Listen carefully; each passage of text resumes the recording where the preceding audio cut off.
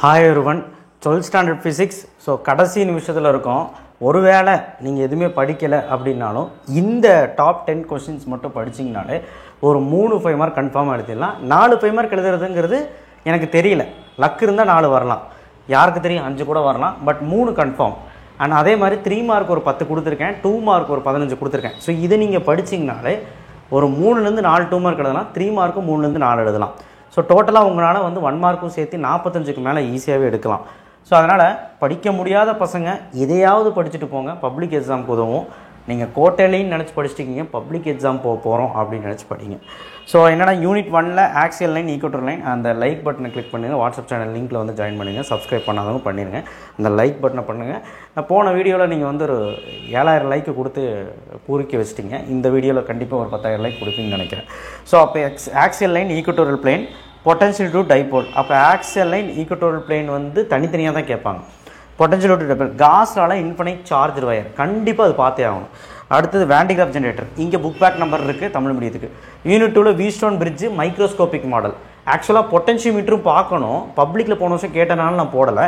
இது 2 மாதம் ஒழுக்கமாக பாருங்கள்.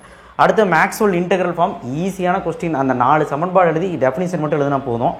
எமிஷன் ஸ்பெக்ட்ரா, எமிஷன் ஸ்பெக்ட்ரானா என்ன, 3 டைப்பு. அப்சார்ப்ஷன் ஸ்பெக்ட்ரா, அப்சார்ப்ஷன் ஸ்பெக்ட்ரானா என்ன, அது 3 டைப்பு. இங்கே புக் பேக் நம்பர் இருக்குது லாங் ஆன்சரில். யூனிட் 4ல் டிரான்ஸ்ஃபார்மர் ஆர்எல்சி, டிரான்ஸ்ஃபார்மரோட கன்ஸ்ட்ரக்ஷன், டிரான்ஸ்ஃபார்மர் பிரின்சிபல், டிரான்ஸ்ஃபார்மரோட ஒர்க்கிங், டிரான்ஸ்ஃபார்மரோட டயக்ராம். ஸோ ரொம்ப ஈஸியான கொஸ்டின். நம்ம வீடியோவே போட்டிருக்கோம்ல, இந்த ஆர்எல்சிக்கும் டிரான்ஸ்ஃபார்மருக்கும் வீடியோ எடுத்து பாருங்கள், உங்களுக்கு புரியும். யூனிட் 3ல் லாங் கண்டக்டர், பயோட் சாவர்ட்லோட லாங் கண்டக்டர், கன்ஃபார்மாக பார்த்துட்டு போகிற ஒரு கொஸ்டின், பெருசாக இருக்கும். அதுவுமே நம்ம வீடியோ போட்டிருக்கோம். சைக்கிளோட்ரான், அதுவுமே வீடியோ போட்டிருக்கோம், நோட்ஸோடு போட்டிருக்கோம். சைக்கிளோட்ரான் ஒரு 10 நிமிஷத்தில் பார்க்கணும் அப்படின்னா பார்த்துடலாம் நம்ம வீடியோவில். சைக்கிளோட்ரான் கண்டிப்பாக வரும். பிரின்சிபல், கன்ஸ்ட்ரக்ஷன், ஒர்க்கிங், டயக்ராம் ஃபஸ்ட்டே வரைஞ்சிடணும்.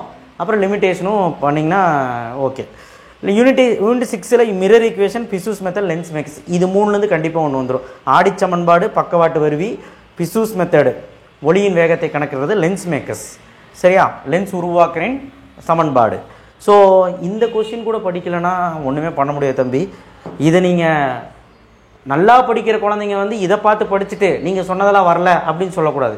இது ரொம்ப முடியல, நான் படிக்கவே இல்லை அப்படிங்கிறவங்களுக்கு தான் இந்த வீடியோ, சரியா.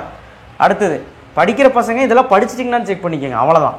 யூனிட் 1ல் 3 மார்க் பாரு, பொட்டன்ஷியல் டு பாயிண்ட் சார்ஜ், மின்னழுத்தத்தில் ஒரு புள்ளி, Gauss law from Coulomb's law, capacitor series parallel, அதாவது தொடர் இணைப்பு, பக்க இணைப்பு, மின்தேக்கியின், கூலும் ஃபோர்ஸ், கிராவிடேஷன் ஃபோர்ஸ், இந்த 4 கொஸ்டின் படிச்சிங்கன்னா செக் பண்ணுங்கள். Unit 2 application of Seebeck effect, resistance series parallel, மின்தடையின் தொடர் இணைப்பு, பக்க இணைப்பு, கண்டிப்பாக சொல்கிறேன். மின்தேக்கியோடதும் மின்தடையோடது கண்டிப்பாக ஒரு கொஸ்டின் வரும். அடுத்து யூனிட் 3 ஃபைரோ டயா பேரா, ஒரு 3 பாயிண்ட் படிக்க மாட்டியா. லாரன்ஸ் ஃபோர்ஸ், F=BQB sin θன்னு எழுதிட்டு ஒரு 5 பாயிண்ட் எழுது, மார்க் கொடுத்துருவாங்க. கேவலோமீட்டர் டு அம்மீட்டர், வோல்டிமீட்டர், ஒன்றுமே இல்லை. அந்த படம் போட்டு அந்த டெரிவேஷன் பார்த்துட்டு தியரி ஒரு 3 லைன் எழுது போதும், புக்கில் இருக்கிற மாதிரிலாம் எழுத வேண்டாம். ஸோ அப்போ இதுலேருந்து கண்டிப்பாக ஒரு கொஸ்டின் வந்துடும். அடுத்து யூனிட் 4ல் டிரான்ஸ்ஃபார்மர் இழப்பு, அதாவது மின்மாற்றியின் இழப்புகள், copper loss, flux loss, hysteresis loss, அவ்வளோதான். 3 லாஸ் தான் இருக்குது.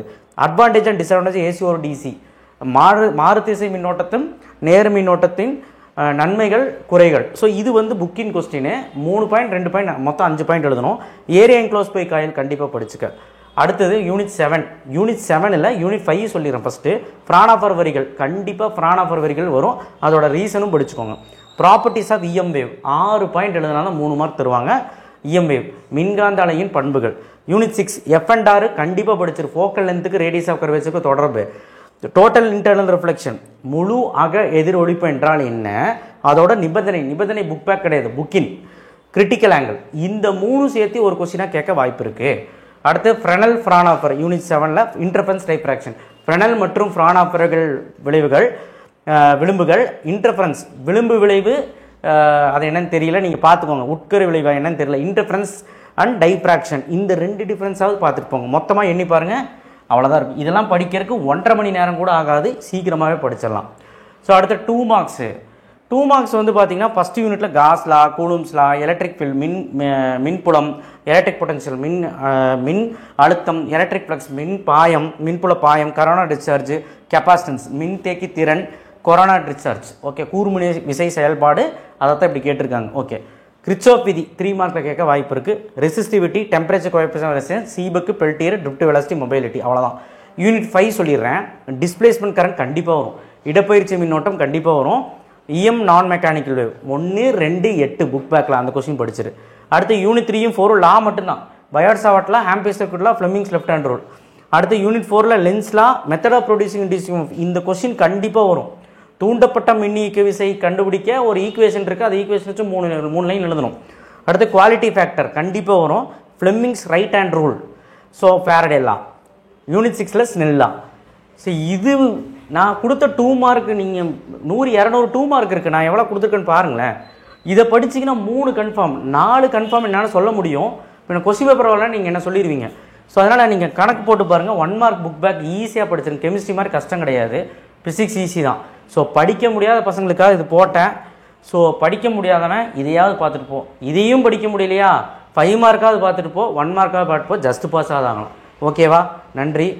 கண்டிப்பாக எல்லாத்துக்கும் ஷேர் பண்ணுங்கள், சொல்லுங்கள் எல்லாத்துக்கும். தேங்க்யூ.